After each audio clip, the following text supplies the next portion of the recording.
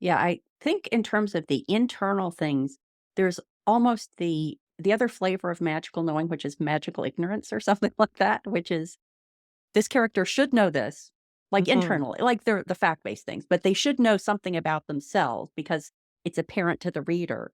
And sometimes I'll read those and I'll think, well, there must be something else going on here that this character doesn't recognize. They're having this magical ignorance that they're not recognizing something that's apparent to everybody else.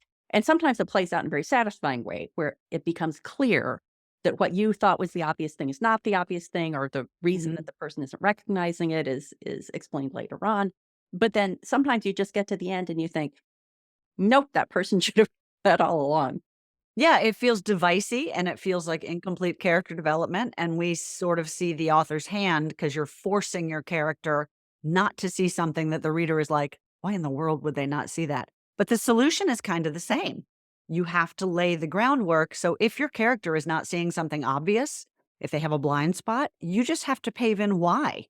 Maybe they're someone who always sees the best in everyone, and so they can't see the bad intentions in their best friend that we are clearly seeing through their actions. Maybe Yeah. they are socially naive because they were raised in a, I don't know, commune without any social engagement. I'm coming up with very strange examples today. But if you establish it's the reality of the story, right? It's the reality of the characters, and it's about developing both deeply, specifically, granularly enough that you don't have to spoon feed us.